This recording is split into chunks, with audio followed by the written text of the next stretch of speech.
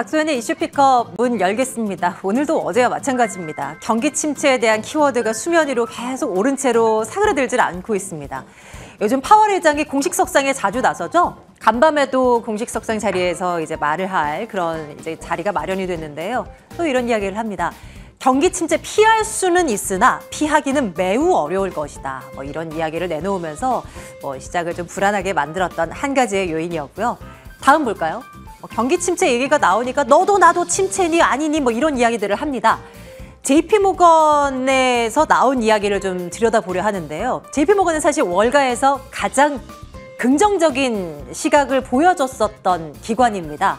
그랬던 그쪽도 경기 침체 가능성에 대한 이야기를 이제 합니다. 확률도 66%. 향후 2년 동안 경기 침체 가능성이 66%고 3년간을 내다본다면 이 수치는 훨씬 더 높아질 것이다. 이런 이야기를 합니다.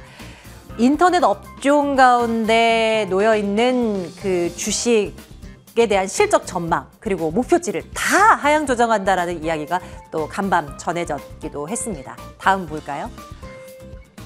이번에는 이제 우리가 주목해야 할 지표를 한번 보겠습니다. 오늘 밤입니다. 오늘 밤 미국에서 PC 물가지수가 나오게 되는데요. 모두가 이것을 기다리면서 있는 그런 상황입니다. 1분기 수치, 1월, 2월, 3월분의 수치는 PC가 전년 대비 3.1% 잠정치였는데 다시 이제 조정을 해보고 다시 계산을 해보니 최종치가 1.8%로 나왔습니다. 많이 낮아진 것으로 나왔죠? 잠정치에 비해서 말입니다. 혹여나 1, 2, 3월, 이제 4월, 5월분이 나오게 되는데 5월분 수치도 이렇게 되면은 참 좋겠다라는 기대를 시장은 갖고 있는 거죠. 시장이 예상하는 수치는 4.7입니다. 4.7보다 만약에 이제 부합하거나 조금이라도 높게 나온다면 시장은 다시 한번 패닉 상태로 들어갈 가능성이 농후하고요. 만약에 예상치보다 조금 덜 나온다면 그래도 이제 피크아웃에 대한 어떤 기대가 또 다시금 불러 나오는 그런 지표가 될 것 같습니다. 오늘 밤 사이 어떻게 나오게 될지 우리 시간으로는 한 새벽 4, 5시쯤이 될 거라고 예상을 하더라고요. 이런 부분도 한번 참고를 해봐야 되겠습니다. 다양한 우려감들이 커지고 있는 가운데서 다시 달러는 강한 모습을 나타냅니다. 안전자산 선호 심리가 부각되는 가운데 연초만 하더라도 달러 인덱스가 100 아래에서 머물렀던 때가 대부분이었는데 이제는 100 위는 훌쩍 뛰어넘은 지 오래고요. 지금 105달러까지 올라와 있는 상황. 한 몇 주 전에 급격히 올랐었다가 조금 주춤했는데 다시금 이렇게 또 올라오는 흐름 나타나고요. 이로 인해서 원화는 또 상대적인 약세, 원달러 환율 기준으로 1,300원 안팎 계속 저울질하는 흐름이 계속해서 이어지고 있습니다. 외국인들이 살 수 없는 환경에 계속되고 있는 거죠. 다음 보겠습니다. 외국인들의 순매도 현화, 올 한 해 18조가 넘어갑니다. 거의 18조 9,900억 원이면 19조라고 봐야 되겠죠? 19조 원 가까이 되는 거고요. 이번 달 들어서 거의 이제 오늘까지 합한다면 이번 한 달간의 수치가 나오게 텐데 어제까지를 기준으로 했을 때 5조 3,760억 원. 올 한 해 내답한 게 이 정도인데 거의 20% 이상을 이번 한 달간 팔았으니 어마어마한 순매도가 나왔던 거죠. 이번 한 달간 외국인들에게서요. 삼성전자의 외국인 지분율이 6년 만에 처음으로 50% 아래로 내려왔다는 기사 많이들 보셨을 겁니다. 49.7%. 그러면 앞으로는 어떻게 되는데 앞으로도 버라이어티한 변화는 없을 것이라는 시각이 지배적입니다. 앞으로도 외국인들의 팔자는 계속 이어질 것이다 라는 어떤 굵직한 그림이 그려져 있는 상반기 마무리를 보내고 있는 상황입니다. 자, 오늘도 저희 박소연의 이슈 픽업에서는 섹터를 하나 꼽아서 들여다보려 합니다. 오늘은 운송입니다. 여러분들 혹시 관심도 계시다면 잠시 뒤에 주목해 주시기 바랍니다.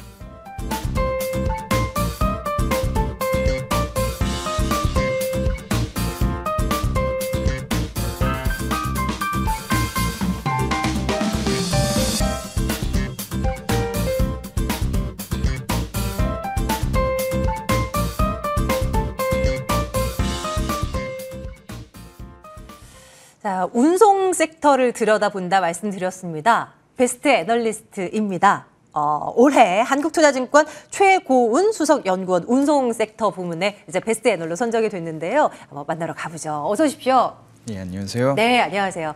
운송 섹터라 하면 이제 실어 나르는 거, 해운, 그리고 항공, 쪽 이렇게 생각을 하면 되는 거죠? 네, 맞습니다. 정확하게는 이제 육해공으로 나뉘게 되는데요. 네. 말씀해 주신 것처럼 사실 해운 쪽이 워낙 이슈가 많았었기 때문에 최근에 관심은 해운과 그리고 이제 리오프닝 수혜주인 항공 쪽으로 몰려 있습니다. 아, 좋습니다. 그러면 저희는 오늘 이제 그쪽을 중심으로 한번 들여다보려 하는데요.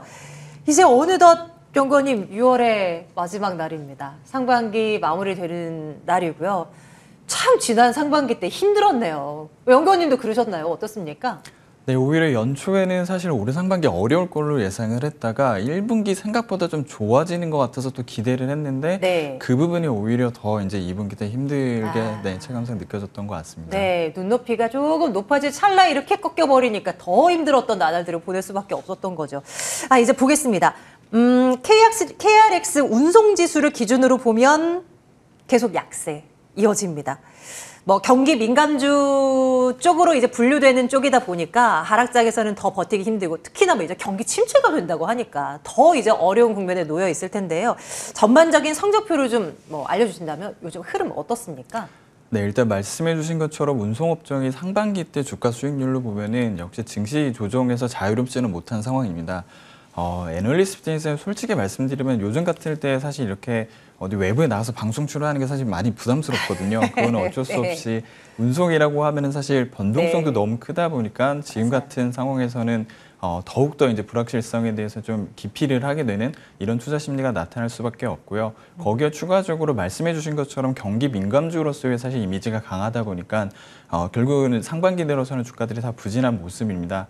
아직 해운 같은 경우에는 연초 대비 그래도 여전히 뭐 주가가 더 올라가 있기는 하지만 그러다 보니까 오히려 최근 들어서는 사실 하락세가 더 가파른 모습이고요.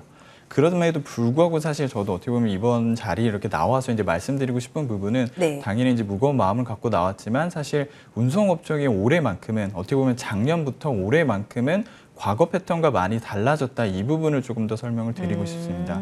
그래서 결과적으로 기존에 알려졌던 거랑 다르게 지금 경기 민감주로서 움직인다라기보다는 해운 같은 것도 사실 실적이 더 좋아지고 있거든요. 그래서 올해 실적을 놓고 보시면은 작년에 이미 어떻게 보면 좀 역대급의 이제 사상 최대 영업이익을 경신을 했는데 지금 올해 실적은 그거보다 더 좋아질 것으로 예상이 되고 있습니다. 그렇기 때문에 결국엔 이렇게 증시 조정에서 좀 어려운 환경이지만 오히려 운송업종이 과거와는 다르게 이런 좀 어지러운 혼란스러운 부분에서 충분히 방어주 역할을 할 수 있다. 이 부분을 사실 설명을 드리고 싶습니다. 그래요? 네, 한번 들여다보겠습니다. 무거운 마음을 가지고 방송 출연하셨다고 말씀 주셨는데요. 지난 시간을 통해서도 다양한 섹터의 이제 연구원님들을 만났어요. 뭐 자동차도 그렇고 바이오도 그렇고 게임 섹터도 그렇고 다 안 좋다 얘기만 하고 가셨어요, 사실. 그래도 연구원님께서는 그래도 운송 섹터에는 뭔가 다른 무언가가 있다라는 이제 핵심을 가지고 오신 건데요. 한번 들여다볼게요. 이 얘기를 좀 해주세요. 일각에서는 요즘 뭐 상황이 워낙 안 좋으니까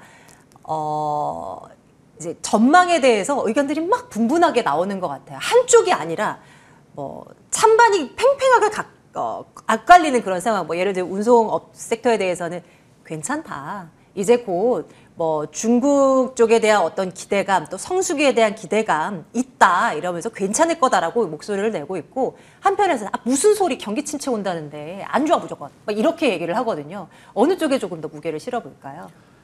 일단은 앞서 말씀드린 연장선상에서 보시면은 사실 지금의 실적 패턴들은 오히려 현재 이제 일어나고 있는 인플레이션 부담에 어떻게 보면 수혜를 받고 있다라고 보고 있습니다. 그렇기 때문에 반대로 놓고 보면 지금의 인플레이션은 결국 에너지 가격과 그다음에 이제 공급망 혼란이라든지 물류 비용 증가에 따른 좀 영향이 크거든요. 그래서 이렇게 물가 상승 부담이 올해 하반기 연내 계속해서 커진다라는 거는 사실 이들의 어떻게 보면 좀 수혜주 또는 이런 인플레이션을 좀 주도하고 있는 주범격인 해운주라든지 물류에 대한 수혜주들은 오히려 이익이 더 좋다라는 부분을 반증하게 되거든요. 그래서 조심스러운 말씀 드리는 거긴 하지만 사실 H&M 실적만 놓고 보더라도 단순히 H&M 투자 하나만을 결정하기 위해서 보는 게 아니라 결국에는 물류 비용 때문에 만약에 작년이라든지 올해 상반기 실적이 저조했다라고 싶은 전방 산업이라고 하면은 H&M 실적이 하반기 계속 좋아진다라는 거는 오히려 비용 단에서 부담이 커질 수 있는 이 부분을 좀 시사를 하게 되거든요. 그렇기 때문에 사실 운송 쪽 같은 경우에 이 흐름은 확실히 과거랑 다르게 그리고 나머지 이런 경기 민감주와 다르게 차별화될 수 있다. 이 부분을 좀 강조를 드리고 싶습니다. 네, 지금 준비하신 자료들이 굉장히 많아요. 이거 하나하나 살펴볼 텐데요. 첫 번째 그래프 좀 보여주시겠습니까? 화면 통해서 한번 설명을 좀 들어보도록 할게요. SCFI 18주 연속 하락. 요게 이제 타이틀인데요. 이거 뭐 어떤 거예요? 네, 일단 SCFI가 대표적으로 컨테이너 해운 지수라고 해서 이제 운임을 설명하게 되는 지수인데요. 이거 같은 경우에 이제 작년에 이제 뭐 역대급으로 상승을 했다가 올해 연초 이후에 18주 연속 조정을 받았습니다. 그러다가 이제 생각보다 좀 높은 수준에서 이제 반등을 했고, 그랬다가 이제 다시 좀 2주 하락을 하다 보니 이제 글로벌 경기 둔화에 사실 영향을 받는 거 아니냐라고 하는데, 이 차트를 먼저 말씀드리는 건 사실 제일 경기에 민감한 이 컨테이너 해운 시장조차도 오히려 하반기 전망이 지금 상향 조정이 되고 있습니다. 그래서 이 부분에 있어서는 사실 저도 그렇고 더 빠질 거로 예상을 했었거든요. 근데 오히려 예상보다 좀 높은 수준에서 연착륙했다라는 부분이 어떻게 보면 사실 인플레이션 부담을 또 이쪽에서 좀 해석을 할 수 있는 내용이 되는 셈이죠. 네, 다음 장으로 한번 가볼까요? 네, 그래서 결국엔 이제 H&M 실적 면으로 보시면요, 영업이익을 사실 보여드려야 되긴 하는데, 영업이익은 앞에 말씀드렸던 이 SCF랑 거의 유사하게 사실 1분기 피크 가능성이 제일 높고요. 2분기부터 이제 하반기로 계속 분기 좀 조정을 받을 것으로 생각이 되는데, 그렇다라고 해도 하반기 때 전체 영업이익은 5조 수준을 기록을 할 것으로 예상을 하고 있거든요. 그래서 지금 H&M을 바라보심에 있어서는 단순히 분기 실적보다는 분기 실적 이후, 그러니까 피크아웃이 지나고 나서도 남게 되는 현금이 훨씬 더 지금은 중요한 상황이 됩니다. 그래서 H&M 같은 경우 이 현금을 갖고 어떤 식으로 새로운 성장 동력을 발굴할지 이 부분에 좀 더 주목하실 것을 추천을 드리고 있습니다. 아, 그럼 그것을 좀 확인을 해야 투자의 판단을 좀 내릴 수 있을 것 같다라는 말씀으로 네, 우리가 이해를 맞습니다. 해볼까요? 예. 다음 보겠습니다. 이번에는 벌크 해운과 관련한 그래프가 준비되어 있는 모양인데요. 보겠습니다.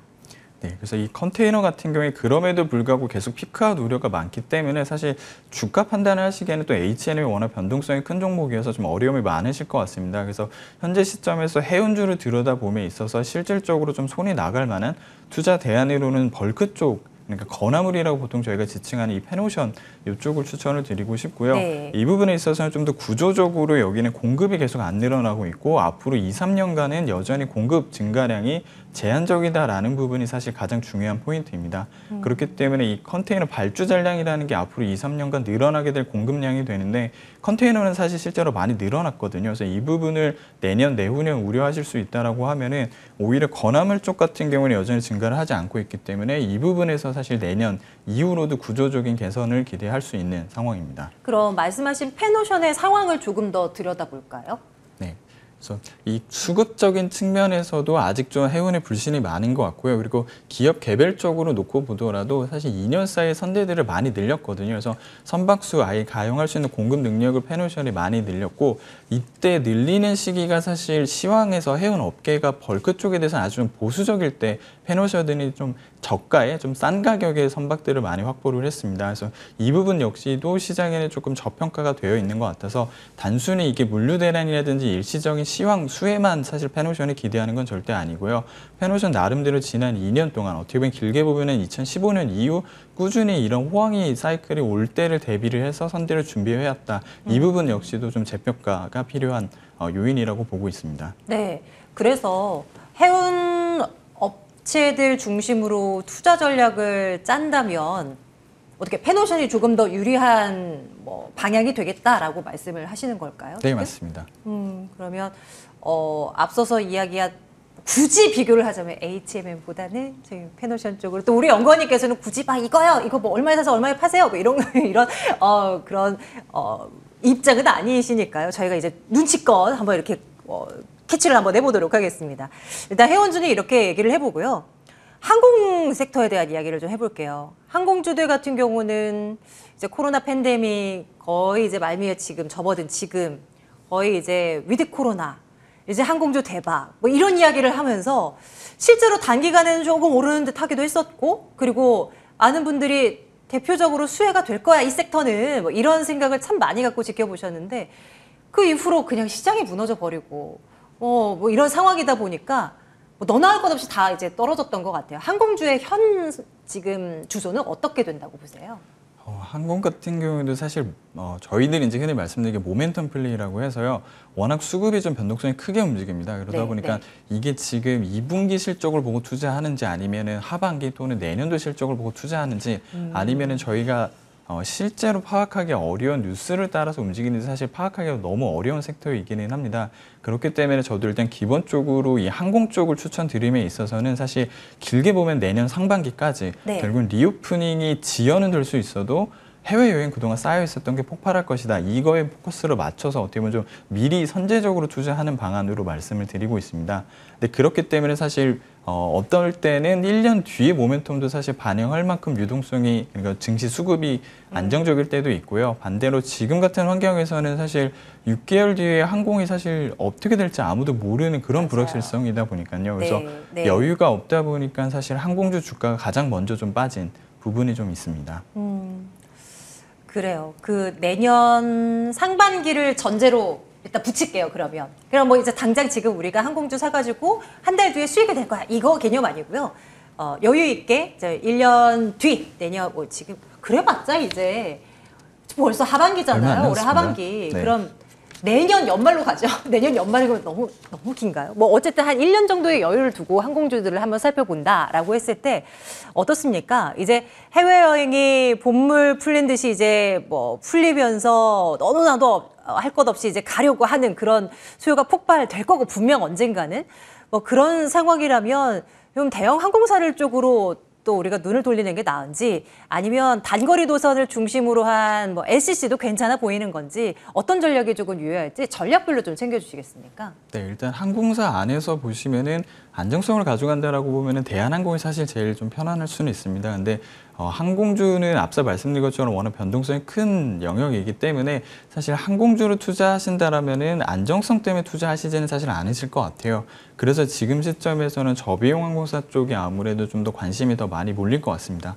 그래서 일단은 말씀드렸었던 것처럼 이 리오프닝 모멘텀도 대형 항공사인 대한항공보다는 진에어나 제주항공 같은 저비항공사 쪽이 더 크게 좀 반영을 할 수 있을 걸로 보고 있고요. 실제로 주가 하락폭도 어떻게 보면 진에어와 제주가 더 많이 빠졌기 때문에 향후 업사이드에 있어서도 지금은 LCC를 더 추천을 드리고 있습니다. 아, 그래요? LCC 가운데서 우리 연구원님이 좀 주목하는 쪽이 혹시 있을까요? 원래는 이제 제주항공 같은 경우 아무래도 1위 LCC였기 때문에 네. 사실 레버리지라고 저희가 표현을 드리는 게 작년 적자폭이 컸기 때문에 향후 리오프닝 시 이제 회복하게 되는 반등폭 역시 커서 이 부분을 좀 먼저 말씀을 드렸었는데요. 지금 현재 상황에서는 오히려 좀 규모가 상대적으로 적지만 그렇기 때문에 지금 고정비 부담이라든지 흑자 턴어라운드 이런 기대감도 좀 더 빨리 나올 수 있는 진에어 쪽을 관심 종목으로 같이 추천을 드리고 있습니다. 네. 그래서 가장 큰 차이점은 지금 보시는 차트에 나와 있는 것처럼요. 진에어는 기본적으로 동남아 비중이 상대적으로 높고요. 제주 같은 경우에 사실 이게 어떻게 보면 제너럴한 LCC 수익 구조이기는 하지만 일단은 상대적으로 일본 쪽에 조금 더 포커스를 맞추고 있는 항공사입니다. 근데 아무래도 일본 여행 같은 경우가 지금 아직 제대로 풀려 있지 않고 동남아 위주로 하반기, 특히 3분기 같은 경우에는 먼저 회복이 될 것으로 보여지기 때문에 동남아 쪽의 익스포저가 더 큰 진에어가 상대적으로 조금 더 수익 폭이 부각이 될 것으로 예상을 하고 있습니다. 네, 어떻게 지금 판단하고 계세요? 이미 뭐 완전히 뭐 해외여행을 자유롭게 가자라는 분위기는 아니지만 지인분들을 중심으로 그렇게 뭐 괌도 가고 뭐 근데 그 기간도 꽤 오랜 기간 또 간다고 하고 너도 나도 뭐 너나 할 것 없이 그냥 간다라는 뭐 티켓팅을 했다 뭐 이런 이야기들도 참 많고 그렇더라고요. 그냥 그 연구원님 이제 분석하시기에도 어느 정도 이 해외여행 수요가 좀 늘어났다라고 현 시점에서 좀 판단하고 계세요? 네, 지금 확실히 뭐 매월 여객 숫자를 보시면은 50% 또는 6월 같은 경우에 40% 정도씩 계속 증가를 하고 있고요. 그래요. 대신 이제 증가폭만 놓고 봤었을 때는 아직 2019년 대비 좀 많이 미흡해 보이긴 네, 해서 네. 그래서 주가가 좀 부진한 모습이긴 합니다. 근데 그러니까 최근에 나왔었던 뉴스 헤드 기사들을 보면은 이런 식으로 회복해도 너무 가격이 비싸다 보니까 해외여행 가려던 걸 취소한다 이런 부정적인 뉴스들이 나오고 있는데 한편으로 4분기 때 항공사들이 목표로 하고 있는 공급 이 회복량은 50% 정도밖에 안 되거든요. 그래서 그 말인즉슨 항공사들은 예전이랑 다르게 과거의 절반 정도 되는 승객만 태우면 된다라는 생각으로 영업을 하고 있거든요. 근데 항공이라는 건 사실 정가가 없기 때문에 결국에는 비싼 돈을 지불할 의향이 있는 사람 순서대로 절반만 태우면 되거든요. 네, 네. 그 수요라는 게 뭐 신혼여행 그동안 못 갔던 분들도 계실 거고 아니면 그런 비즈니스 분들은 수요. 뭐 비싸도 가려고 할 거잖아요. 네, 맞습니다. 네. 그래서 이게 저희가 평균 운임을 받는 게 아니고 결국은 비싼 요금을 받는 사람 순서대로 50%만 태우면 되기 때문에 네. 저 같은 경우에는 아마 그 순서대로라면 하위 8, 90%라고 생각을 해서 사실 올해 해외여행을 저도 사실상 포기를 한 셈인데 그렇지만 어떻게 보면 항공사들 네. 입장에서는 저 같은 사람 때문에 과거 팬데믹 이전에 운임이 하락을 했었죠. 왜냐면 저도 태워야 되다 보니까 더 낮은 가격에 이제 서비스를 제공했던 셈인데 이제 그들한테 있어서는 저는 사실 필요가 없어진 오히려 네. 그래서 더 비싼 요금을 주고도 네. 가실 분들만 약간 이런 식으로 지금 흘러갈 네. 수 있어서 오히려 그러기 때문에 하반기 때 운임이 이런 인플레이션 부담에 어떻게 보면 같이 따라서 가격이 올라가는 이런 패턴들이 나타날 것으로 예상하고 있습니다. 이거 궁금해요, 원관님. 요즘에 국제유가가 주춤한다고 하지만 그래도 110달러 언저리에서 움직이잖아요. 정유주들이야 뭐 이렇게 정제 마진이 뭐 개선된다는 둥 이러면서 최고의 실적이 뭐 기록된다는 둥 좋은 이야기를 나오면서 관련 섹터 뭐 담아야 된다는 둥 이런 얘기가 나오고 있지만 사실 항공을 놓고 생각해 본다면 외화업체가 너무 많아서 이렇게 원달러 이제 환으로 따져봐도 지금 굉장히 불리한 조건이고 유가도 이렇게 된다면 좀 불리하지 않을까라는 그런 생각이 계속되거든요. 어떻게 생각해 볼 수 있어요? 네, 여담일 수도 있긴 한데 사실 제가 항공을 담당을 하면서 어떻게 보면 정유랑은 정반대의 영역이긴 해야 되거든요. 근데 정유만 간단히 말씀드리면 일단은 역대급 정제 마진, 유가 상승의 수요를 계속해서 벌고 있습니다. 그래서 어떻게 보면은 따로 가야 되는데 일단 정유 쪽 같은 경우에는 계속해서 실적이 좋아지고 있는 그래서 밸류에이션이나 리레이팅 가능성이 높아서 정유가 어떻게 보면 사실 제일 심플한 인플레이션 해지 또는 수혜주 투자안이 될 텐데요. 네. 항공 같은 경우에는 지금 아까 말씀드렸던 것처럼 공급이 워낙 지금 제한적으로 늘어나다 보니까 과거에 확인할 수 없었던 지금 이런 역대급 유가마저도 지금 티켓 가격에 전가를 하고 있는 이런 패턴들이 나타나고 있습니다. 그래서 유가 상승은 무조건 항공업종한테 부정적이었었는데 지금은 확실히 다르다라는 게 제일 처음에 말씀드렸던 것처럼 운송이 확실히 올해만큼은 좀 경기 민감주 성격이 아닌 상황으로 주가 역시 모멘텀을 따라서 다시 반등할 수 있다라고 볼 수 있는 이유가 되죠. 참고하겠습니다. 좋습니다. 이번에는 종합 물류 쪽도 가볼게요. 한동안 화물연대 파업 리스크 때문에 참 우려가 됐었던 상황이었었는데 그래도 극적으로 이제 합의를 이뤄내면서 어느 정도 리스크는 또 해소가 된 그런 상황입니다. 관련 업황은 어떻게 우리가 분석해 볼까요? 일단은 물류 같은 경우에는 이 파업 영향이 있긴 했었지만요. 사실 단기 실적으로 봤었을 때는 그렇게 임팩트가 크지 않은 것으로 추정하고 있습니다. 네. 워낙 좀 이 파업에 참여했었던 인원수 자체가 그렇게 크지는 않았었기 때문에요. 그래서 1분기 때 만약에 택배 관련된 파업을 2분기 때도 같이 좀 걱정을 하셨다라고 하면은 현재까지 파업 영향은 1분기 택배 시장, 특히 대한통운이 입었던 것보다는 그렇게 크지 않다라는 부분이 일단은 첫 번째 팩트가 될 것 같고요. 그리고 두 번째로는 사실 물류 같은 경우에 전반적으로 결국 이 물류 대란에 저희가 많이 표현을 드렸었던 것처럼 여기 역시 공급이 많이 타이트하거든요. 그래서 운임이 전반적으로 상승을 하고 있기 때문에 사실 택배도 그렇고 저희가 종합물류사라고 볼 수 있는 글로비스 같은 곳 역시도 작년에 이어서 올해 역시 사상 최대 영업이익이 나올 것으로 기대를 하고 있습니다. 최종적으로 정리를 한번 해볼게요. 오늘 이제 운송업종에 대한 전망들을 쭉 한번 짚어봤는데요. 올 하반기 전망 그리고 우리가 눈여겨봐야 할 종목들, 기업이 있다면 어떤 것들이 있을지 좀 정리를 해주십시오. 네, 일단은 지금 화면에서 보여지는 것처럼 이제 추천 종목들을 몇 개를 좀 정리를 해놨는데요. 기본적으로 운송업종을 말씀을 드리는 게 실적 자체는 지금 사상 최대 실적이 예고되는 종목들이 많습니다. 그렇기 때문에 경기 민감주와 다르게 간다. 그래서 어떻게 보면 요거는 사실 투자에 있어서 그냥 기본 조건이라고 봐주시면 될 것 같습니다. 운송 같은 경우에 이렇게 실제 실적이 좋더라도 주가가 안 가는 경우가 워낙 많고요. 반대로 과거에 실적이 나빴음에도 주가가 잘 가는 경우가 또 있었거든요. 그래서 일단은 실적이 좋은 이 펀더멘털이라고 불리는 이 부분 개선되는 게 기본 조건이 되고요. 그 안에서 실제로 주가 판단을 하심에 있어서는 이 왼쪽에 키워드라고 표현이 되어 있는데요.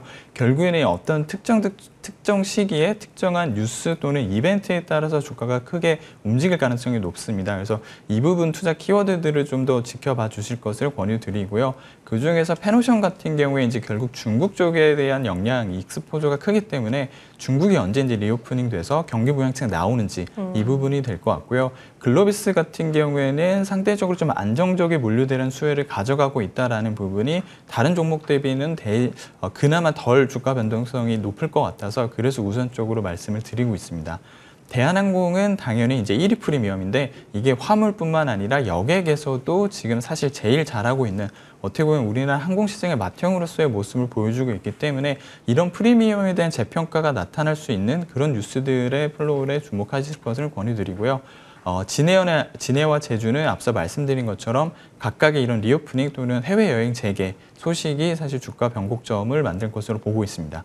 그리고 마지막으로 사실 H&M은 정말 키워드가 현금이 정말 많다는 부분, 그리고 사실 지금 PER, 이게 PBR 오타가 아니고요. PER이 한 배밖에 안 된다라는 부분에 있어서 특정 시기를 예측하기는 어렵지만 사실 그래요? 주가가 한번 크게 또 움직일 수도 있는 종목이니까 이 부분 역시도 같이 주목하실 것을 추천드리고 있습니다. 네, 운송 섹터 내에 우리가 눈여겨봐야 할 기업들 그리고 그 기업들의 투자 포인트 한번 이렇게 요약을 해봤는데요. 요거 한번 사진 찍어뒀다가 한번 봐야 되겠어요. 네, 한국투자증권 최고은 수석연구원과 함께 섹터 분석 나눠봤습니다. 고맙습니다. 감사합니다.